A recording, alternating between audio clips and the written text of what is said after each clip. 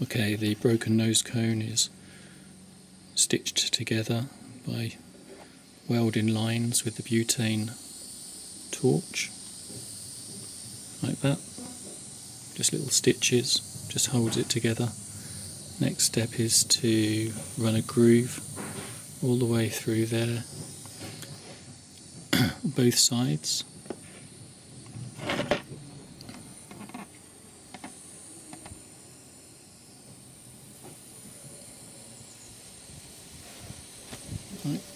Like that, and get some material, get some ABS material in there to pack it out and strengthen it.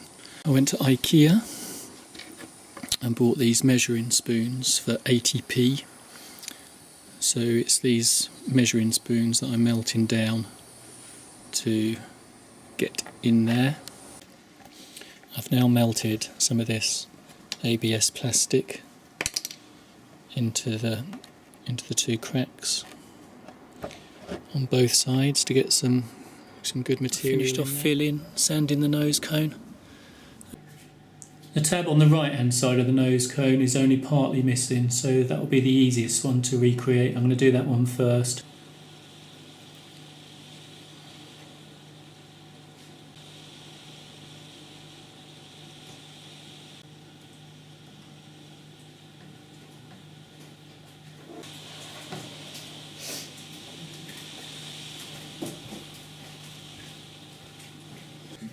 Plastics won't stick to painted surfaces, so you have to remove some of the paint around the contact area.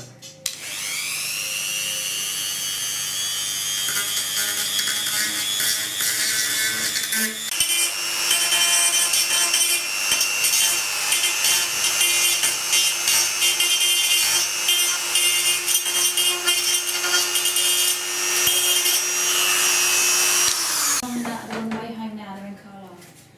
Oh, good.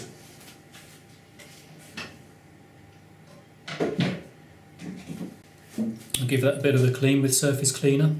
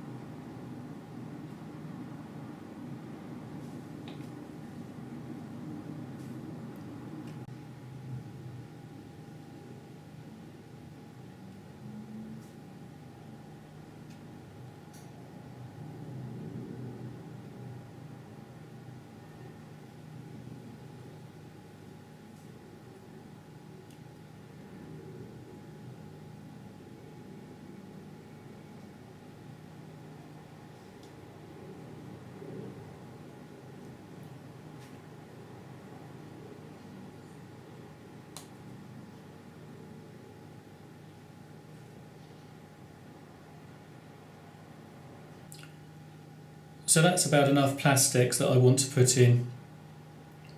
I'm now going to leave it to set. Now with the mould removed and the grafted piece sanded down to shape, I've recreated this broken lug.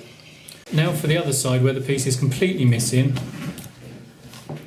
I've moulded the shape of the piece that I need to recreate. Now with the piece that I've had to completely recreate, I'll fill the mould with Plastifix and graft that onto the nose cone. The nose cone repair is complete, it's been painted and it's ready for the Repsol decal. That's the half piece that I recreated. All of this piece here, all of that piece there, and from the inside, let's get a light on it,